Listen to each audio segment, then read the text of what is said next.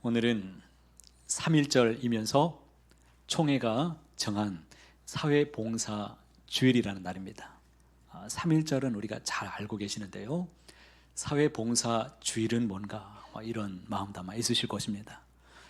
하나님을 사랑하면 나라를 사랑하게 되어 있습니다. 그리고 나라를 사랑하면 백성들을 사랑하게 되어 있습니다. 우리의 사랑이 이곳에만 머무르지 않고 이웃을 향한 사랑으로 계속해서 뻗어나가는 그런 사랑, 주님의 사랑 다 품으시기를 간절히 소망합니다. 특별히 이 예배를 통해 하나님 앞에 쓰임받는 이 마음을, 열망을 갖게 되시기를 간절히 축복합니다. 어느 초등학교에서 어떤 아이가 아끼던 연필이 떨어졌습니다. 바닥에 떨어졌는데 누가 실수로 지나가다가 밟았습니다. 그랬더니 연필이 두동강이 났습니다. 아이가 하나밖에 없는 너무 아끼는 이런 연필이었는데 어쩔 줄 몰라서 애가 쩔쩔매면서 울먹이고 있는데 그 광경을 선생님이 지켜보았습니다. 그리고 조용히 부러진 그 연필을 주워다가 칼로 부러진 부위를 깎아주었습니다. 연필은 훨씬 작아졌지만 그런데 글씨를 쓰는 데는 아무 문제가 없었습니다. 오히려 아이는 자기 손에 쏙 맞는 이 연필이 너무 좋았습니다. 사용하기에 너무 좋았습니다. 사랑하는 성도 여러분, 우리 인생이 어쩌면 이렇지 않습니까? 부러져 버린 상처 때문에, 그리고 또 어떤 실패 때문에, 어떤 질병 때문에 나는 이제 쓸모없는 인생이다 라고 느껴보신 적은 없으십니까? 그러나 하나님은 부러진 인생에도 다시 깎아서 다듬어서 쓰시는 분이십니다. 문제는 내가 누구의 손에 들려있는가? 이것이 중요합니다. 주님 손에 들려있는 모든 주님의 선한 백성들 다 되시기를 소망합니다. 에베소서 2장 10절에 아주 귀한 말씀이 있습니다. 함께 읽어보실까요? 우리는 그가 만드신 바라 그리스도 예수 안에서 선한 일을 위하여 지으심을 받은 자니 이 일은 하나님이 전에 예비하사 우리로 그 가운데서 행하게 하려 하심이니라. 이 말씀 보시면 우리는 누가 지으셨습니까? 하나님이 우리를 지으셨습니다. 왜 우리를 지으셨습니까? 그리스도 예수 안에서 무슨 일을 위하여? 선한 일을 위하여 그 일을 하라고 우리를 지으셨습니다. 하나님이 전에 이 일을 예비하셔서 우리로 하여금 이 일을 행하게 하려 하신다라고 말씀해 주셨습니다. 이 말씀을 생명의 양식으로 삼으시고 이번 주에 깊이 묵상해 보실 수 있기를 바랍니다. 저는 여러분이 하나님의 손에 들려서 귀히 쓰임받게 되시기를 간절히 축복합니다. 우리가 신앙생활을 하면서 자주 묻는 질문이 있습니다. 하나님은 어떤 사람을 사용하시는 것일까요? 어떻게 해야 하나님이 쓰시는 인생이 되는 것일까요? 오늘 말씀은 이 질문에 가장 명확하게 답하는 본문입니다. 지난주에 말씀을 한번 기억해 보시기 바랍니다. 구약시대에 하나님께서 백성들과 만나기 위해서 정하신 장소가 있었습니다. 두 글자로 무엇이었습니까? 회막이었습니다. 다 아셨죠? 이 회막을 하나님은 백성들과 그곳에서 만나기를 원하셔서 회막을 만들기를 원하셨습니다. 그런데 회막을 짓는 이 과정을 보니까 너무나 은혜스럽습니다. 회막을 만들라고 하나님께서 하셨지만 그런데 그 누구에게도 강요하지 않았습니다. 한번 생각해 보시기 바랍니다. 광야에서 이동용 텐트, 이 건축물을 만들기 위해서는 무엇이 필요하겠습니까? 만드는 사람도 필요하고 재원도 도구도 많이 필요했을 것입니다. 그런데 하나님은 그 누구에게도 이렇게 하라고 부탁하지 않으셨다는 것입니다. 그럼 하나님은 어떤 사람들을 통해서 하나님의 일을 이루어가고 또 쓰시기를 원하신 것일까요? 오늘 우리가 21절 말씀을 함께 읽어보도록 하겠습니다. 마음이 감동된 모든 자와 자원하는 모든 자가 와서 회막을 짓기 위하여 그 속에서 쓸 모든 것을 위하여 거룩한 옷을 위하여 예물을 가져다가 여호와께 드렸으니 하나님은 마음이 감동된 자와 자원하는 자를 통해서 회막을 세우셨습니다. 자, 질문을 드리겠습니다. 하나님이 찾으시는 사람은 어떤 사람들입니까? 마음이 감동된 사람, 그리고 자원하는 사람, 이 사람을 찾으셔서 하나님이 쓰시기를 원하신다라는 것입니다. 하나님은 억지로 드리는 그 헌신이나 체면 때문에 어쩔 수 없이 하는 봉사나 또 누가 시켜서 하는 그런 일들을 원하지 않으십니다. 하나님은 사실 우리의 도움이 필요한 분이신가? 그렇지 않습니다. 전능하신 하나님이 못하실 일이 어디 있겠습니까? 우리가 멈추면 하나님이 못하실까요? 그렇지 않습니다. 그런데 다만 하나님의 마음에서 우러나오는 우리의 순종을 귀히 여겨 주신다는 것입니다. 이스라엘 백성들은 모세의 말에 단순히 순종한 것이 아니었습니다. 그들이 하나님 앞에 나와서 그들이 회막의 건축에 참여했던 이유가 있었습니다. 그 이유가 무엇이었는가 하면 하나님의 은혜가 너무나 감사해서 그들의 마음이 움직이기 시작한 것입니다.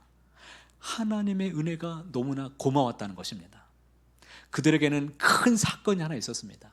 모세가 시내산에서 40일 동안 있을 때 이스라엘 백성들은 시내산 아래에서 큰 일이 있었습니다. 어떤 일이 있었습니까? 금송아지를 만드는 사건이 있었습니다. 하나님이 몹시 진노하셨지요. 우상을 만들고 있었습니다. 하나님이 그들과 함께 하실 수 있으시겠습니까? 그 진노로 이제 나는 너희와 함께 하지 않겠다라고 하나님이 말씀을 하셨다가 마음을 돌이키셨습니다. 하나님께서 그들과 함께 하시겠다고 하시는 이 약속의 복음의 말씀을 그들이 듣게 된 겁니다. 그들은 포기하지 않으시는 하나님, 다시 동행하시는 하나님을 만나게 됐습니다. 경험하게 됐습니다. 나를 구원해 주시는 그 놀라운 은혜를 그들이 보게 된 겁니다. 그 은혜가 그들의 마음을 흔들어 깨웠습니다. 신학자 에밀 브루너는 그의 책에서 이렇게 말했습니다. 만남으로서의 진리라는 책에 보면 참된 순종은 강요된 행위가 아니라 하나님을 아는 마음에서 흘러나온다. 다시 한번 보시겠습니다. 참된 순종은 강요된 행위가 아니라 하나님을 아는 마음, 하나님이 나를 향한 어떤 마음을 갖고 계시는가, 나를 구원해 주시길 원하시고 건져내시길 원하시고 큰 뜻을 갖고 계시는 그 계획의 마음을 아는 순간에 불일 듯 마음이 움직이기 시작한다는 것입니다. 이스라엘의 헌신은 그 누구의 강요가 아니라 하나님을 만났다는 이 감격에서부터 나오기 시작한 것입니다. 여쭤보겠습니다. 여러분은 하나님을 만나셨습니까? 하나님의 큰 은혜를 경험하셨습니까? 신앙은 은혜가 깊을수록 자발성이 커집니다. 반대로 은혜가 얕을수록 우리의 신앙은 의무가 됩니다. 그러니 우리는 하나님을 만나야 됩니다. 부지런히 내게 주신 그 하나님의 말씀, 하나님의 은혜가 얼마나 큰지를 매일 삶 속에서 맛보게 되시기를 간절히 소원합니다. C.S. 루이스는 스크루테이프의 편지라는 그의 책에서 이렇게 말했습니다. 악마가 가장 무서워하는 인간이 있다라고 그 책에서 썼는데요. 한번 생각해 보십시오. 악마가 가장 무서워하는 사람은 어떤 사람일까요? 자발적으로 하나님을 사랑하는 사람, 이런 사람을 가장 무서워한다고 말했습니다. 왜 그럴까요? 아무리 고통을 주고 아무리 힘들게 하고 아무리 질병으로 무너뜨려도 하나님을 사랑하는 그 사람들을 흔들 수가 없기 때문에 너무너무 무서워한다는 것입니다. 하나님이 찾으시는 예배가 바로 그런 예배지요. 억지로가 아니라 마음을 다하고 뜻을 다하고 힘을 다하는 예배, 하나님 앞에 자원하여 내 마음에 감동을 주시는 대로 주님 앞에 내 마음을 쏟아놓고 드리는 그 예배를 하나님이 기쁘시게 받으시는 줄을 믿습니다. 그 무엇보다도 하나님을 뜨겁게 사랑하시기를 바랍니다. 하나님을 사랑하는 자, 하나님께서 복을 주시고 지켜주시고 큰 일에 하나님이 사용하셔 주실 것을 믿습니다. 그런데 제 자신을 한번 생각해 보았습니다. 나는 하나님께 쓰임 받을 만한 그런 사람이었는가? 여러분에게 어쩌면 위로가 되실 수 있습니다. 그렇지 않습니다. 저는 자발적인 사람이 아닙니다. 어렸을 때 얼마나 하나님을 어떻게 말해야 될까요? 피해서 또 하나님을 원망하고 막 이런 일들이 참 많았습니다. 어렸을 때 신앙이 무너졌을 때 누군가의 도움이 있었습니다. 특별히 어머니의 기도가 있었습니다. 돌아보면 억지로 해도 하나님의 은혜는 있습니다. 억지로라도 어머니의 마음을 아니까 그 어머니 기도 때문에 어쩔 수 없이 억지로 나가서 지켰던 그 자리가 하나님의 은혜의 자리였습니다. 그곳에서도 하나님이 저를 기다리셨고 제 마음도 받아주셨고 그곳에서 단련받고 하나님의 마음을 알아버렸습니다. 하나님이 얼마나 위대하신 분이신가, 하나님이 얼마나 나를 사랑하시는가, 이 마음을 알면 그걸로 충분한 겁니다. 시골교회 사모님의 간증인데요, 한번 제가 읽어볼게요. 저도 사람인지라 너무 힘들면 어디 아무도 없는 곳에 며칠 숨어버리고 싶을 때가 있어요. 오늘은 정말 교회 갈 기분이 아니야.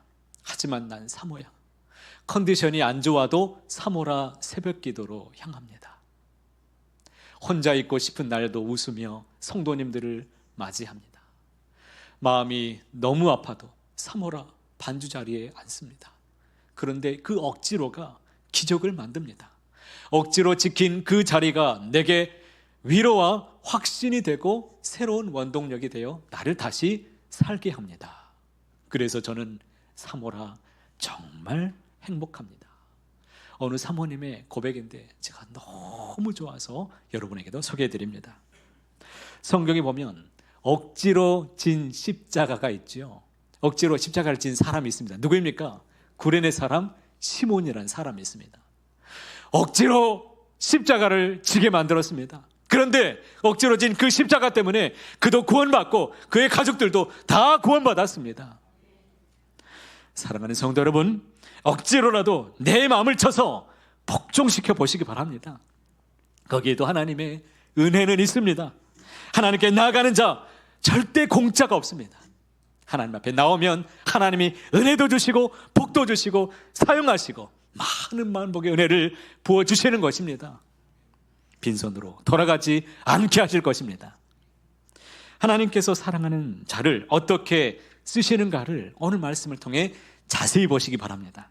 수많은 백성들이 예물을 가지고 주님 앞에 나왔습니다. 이것을 가지고 사용해 달라고 많은 도구들 가지고 회막을 만들어 달라고 찾아왔습니다.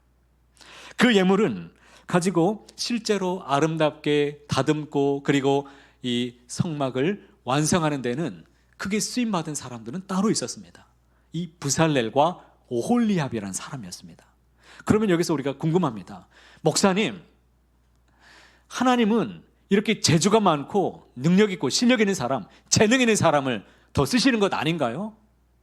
여러분은 어떻게 생각하십니까? 물론 그러실 수 있습니다. 그런데 생각해 보세요. 그 재능은 누가 주셨을까요? 31절에 이렇게 기록합니다. 하나님의 영을 그에게 충만하게 하여 지혜와 청명과 지식으로 여러 가지 일을 하게 하시되, 누가요? 하나님이요. 하나님이 그의 영을 주셔서 충만하게 하신다고 말씀하십니다. 지혜도 주시고 청명도 주시고 지식도 주셔서 여러 가지 일을 하게 하시는 분이 하나님이십니다. 34절에도 이렇게 말씀하시죠. 오홀리압을 감동시키셔서 가르치게 하셨다고 말씀합니다. 얼마나 귀합니까? 그들이 가진 능력은 타고난 것이 아니라 누가 주셨습니까? 하나님이 능력을 부어주신 것입니다. 마음에 준비가 되어 있는 자에게 하나님은 능력을 부어주십니다. 하나님의 일에 쓰임받기를 원하는 그 마음이 있다면 하나님이 실력을 주신다는 것입니다. 아멘이십니까? 그래도 이렇게 생각해 봅니다. 마음에 감동은 있어요. 내가 저 일에 내가 쓰임받고 싶다. 내가 이 일을 원합니다. 그런데 실력이 없고 경험도 없을 수 있잖아요. 나는 한 번도 이런 일을 공부도 해본 적도 없고 훈련도 받아본 역사가 없습니다. 그런데 어떻게 내가 이 일을 할 수 있습니까? 제가 그랬습니다. 이제 신학학부 4년 과정을 다 마치고 친구들은 이제 여기저기 이제 전도사로 교육전사로 막 나간다고 그러는데 저는 너무 무섭습니다. 사람 앞에서 나와서 뭘 해본 적이 없어요. 뭘 인도도 해본 적도 없고 말한다는 거 너무 부끄러워가지고 창피해서 사람들 앞에서 뭘 말한다는 게 있을 수 없는 일입니다. 그런데 제가 하나님 어떻게 앞에 나가서 말씀을 전할 수 있겠습니까? 막 멈춰가지고 고민하며 이렇게 있을 때 제가 제 책을 읽다가 하나님의 음성을 들은 책이 있습니다. 제 마음에 감동을 준 책이 있었는데 칼빈의 기독교 강요라는 책을 읽다가 제가 하나님의 말씀을 강하게 받았습니다. 하나님은 우리를 부르실 때 무엇을 주십니까? 부르심 자체에 우리의 능력을 함께 담아주신다라고 그 책에 쓰여 있었습니다. 하나님은 우리를 부르실 때 뭐 그냥 부르시는 것이 아니라 부르심 자체에 능력을 함께 담아주신다는 것입니다. 그러니 얼마나 감사합니까? 구할 때마다 능력을 주시고 필요하면 하나님이 실력도 주신다는 것입니다. 하나님은 내가 할 수 있는지를 먼저 검증하고 나서 어떤 일을 맡기시는 것이 아니라 마음을 갖는 자, 무엇 어떤 일을 하고자 하는 그 사람의 마음을 기쁘게 여기시고 실력을 주시고 하나님이 지혜도 주시고 능력도 부어주신다라는 것입니다. 그러니 하나님을 믿으시고 두려워하지 마시기 바랍니다. 하나님의 일을 하고자 할 때 하나님께서 저에게 지혜도 주시고 또 능력도 주시고 돕는 자도 붙여주심을 매 순간마다 느꼈습니다. 하나님이 동행하여 주시고 함께 해주셔서 길을 열어주시는 것을 많이 느꼈습니다. 그러니 두려워하지 마시길 바랍니다. 모든 것은 하나님이 하시는 것입니다. 목회도 하나님이 하시는 것입니다. 믿으시기 바랍니다. 하나님은 우리에게 능력을 주시는 분입니다. 내게 능력 주시는 자 안에서 모든 것을 할 수 있는 것입니다. 교회 학교를 섬기는 교사에게는 무엇을 주시는가? 지혜를 주시고 인내를 주십니다. 찬양하는 자에게는 음악적인 감각과 성령의 감동을 주십니다. 공동체를 인도하는 지도자에게는 분별력과 인도해낼 수 있는 비전도 허락해 주시는 것입니다. 믿음을 가진 부모에게는 자녀를 세울 수 있는 힘도 주고 지혜도 주고 끝까지 인내하면서 기도할 수 있는 힘을 더해 주십니다. 우리 부모님들 끝까지 힘을 내시길 바랍니다. 사업가에게는 선한 청지기의 지혜를 주십니다. 어려움 당한 사람들에게는 뭘 주십니까? 하나님이 때에 따라서 말씀 주시고 위로 주시고 동행해 주시는 인내를 공급해 주시는 것입니다. 여러분은 하나님 앞에 쓰임받기를 원하십니까? 우리 자녀들이 주님 안에서 쓰임받게 되기를 원하십니까? 열렬히 사모하시기 바랍니다. 그 마음 위에 하나님이 감동을 주시고 순종하는 자에게 실력과 능력을 겸할 수 있도록 부어주실 것입니다. 오늘 봉헌송의 정원이 하나님 앞에 바이올린으로 얼마나 아름답게 켰습니까? 그 엄마만 사진을 찍고 부모님 사진 찍고 난리 나는데요, 우리 하나님이 크게 쓰실 줄을 믿습니다. 믿으시기 바랍니다. 그런데 문제는 우리 마음이 뜻대로 됩니까? 이런 마음도 들더라고요. 말씀을 준비하는데 마음이 내 뜻대로 되냐 이거예요. 제가 여기서 보니까 목사님 제 마음 좀 어떻게 해주세요. 제 마음 제 뜻대로 안 돼요. 이런 분이 한 3명은 있는 것 같습니다. 저도 그랬습니다. 그렇다면 자발적으로 하나님의 일을 그러면 감당하기 위해서 우리가 어떻게 해야 되는가? 하나님의 감동을 받아서 하나님의 일을 하려면 어떤 일에 우리가 힘쓰면 이런 마음의 감동을 받아서 자발적인 사람이 될 수 있을까? 마음의 근육을 키울 수 있는 영적인 훈련 5가지를 제가 준비해 보았습니다. 요약적으로 제가 준비했으니까 어렵지 않습니다. 아주 쉽습니다. 첫 번째는 이렇습니다. 은혜를 기억하는 마음을 새롭게 할 때 자발성이 생기는 겁니다. 말씀에 시편 103편 2절에 이렇게 말씀합니다. 내 영혼아 여호와를 성축하며 그의 모든 은택을 뭐하지 말라? 잊지 말지어다.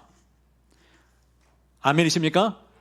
이스라엘 백성들의 자발적인 헌신은 어떻게 나왔습니까? 은혜 체험에서 나왔다고 제가 말씀드렸습니다. 금송아지 사건 이후에 죽을 수밖에 없었던 그들의 인생을 하나님이 버리지 않고 구원해 주신 것을, 함께 해 주신 것을 그들이 너무나 감사했습니다. 그 은혜를 맛보았을 때 마음이 움직이는 것입니다. 은혜를 주면 신앙은 의무만 남습니다. 그러나 그 은혜를 내가 기억하게 되면 하나님 앞에 기쁘게 무슨 일이든지 우리가 감당할 수 있는 마음이 생기는 것입니다. 따라서 우리가 힘써야 될 첫 번째 일이 무엇이냐? 내게 주신 하나님의 은혜를 세워보는 것입니다. 내게 베푸신 그 은혜를 묵상하는 것이 너무 중요합니다. 내게 베푸신 구원의 은혜, 이것을 기억하시기 바랍니다. 나를 어디서 구원해내셨고 나를 어디까지 인도하고 계시는가, 나를 어떻게 지켜주셨는지를 기억하시길 바랍니다.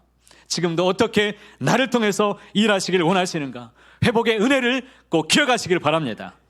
자발성은 이 감동에서 시작되는 것입니다. 그러니 모든 은택을 잊지 마시길 바랍니다. 이 말씀을 묵상하면서 계속 불렀던 찬양이 찬송가 94장입니다. 여러분, 이 찬송도 함께 불러보실까요?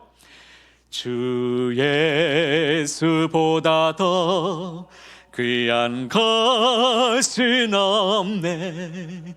이 세상 부귀와 바꿀 수 없네. 영축은 내 대신 돌아가신 그 놀라운 사랑 잊지 못해. 세상 즐거움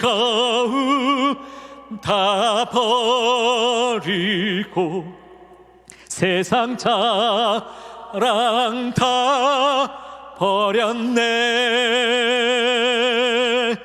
주 예수보다 더 귀한 것은 없네.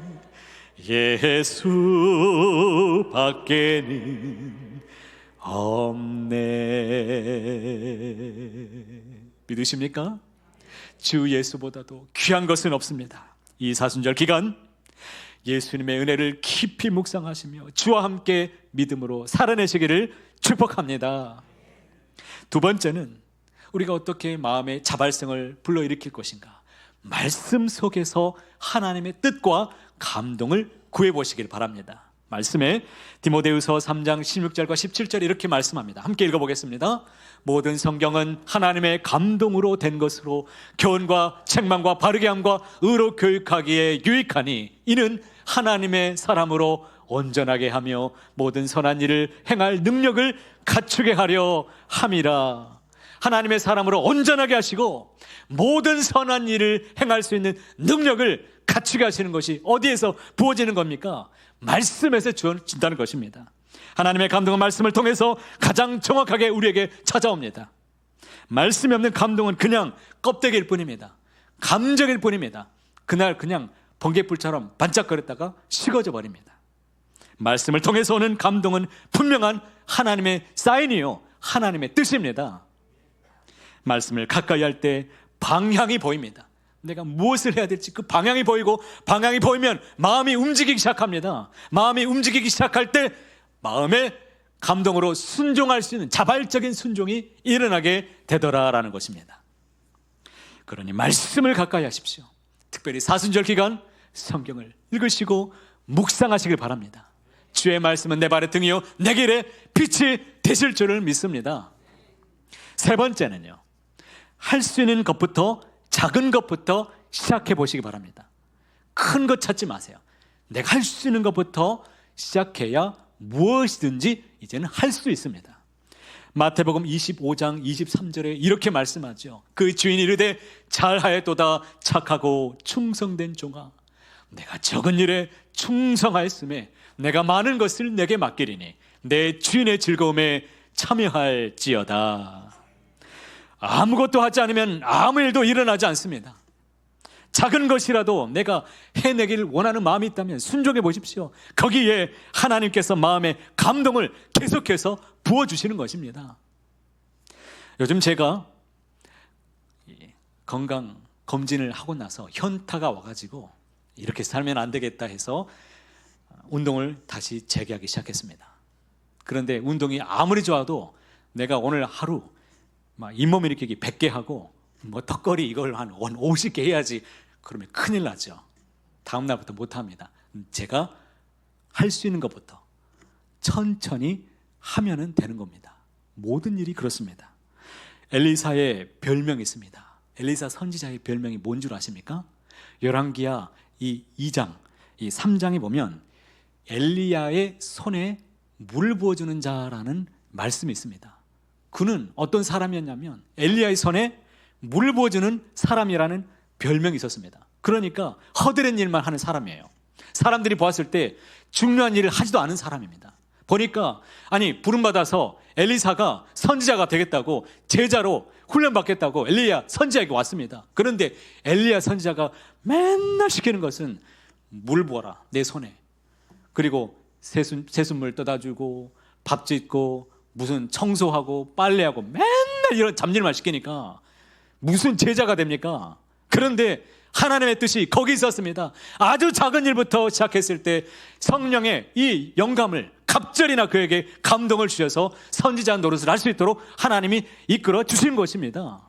갑절의 감동이 그에게 이어진 것입니다. 작지만 주를 위해서 내가 무엇이든지 하고자 하는 작은 마음이라도 있다면 그 마음으로부터 시작할 때 하나님이 감동을 계속해서 부어주셔서 더 큰 일도 맡겨주실 것을 믿습니다. 그런 교회, 우리 서강의 모든 식구들이 되시기를 축복합니다. 작은 섬김도 좋습니다. 작은 친절, 작은 미소, 오늘부터 실천해 보시길 바랍니다. 예배도 섬김입니다.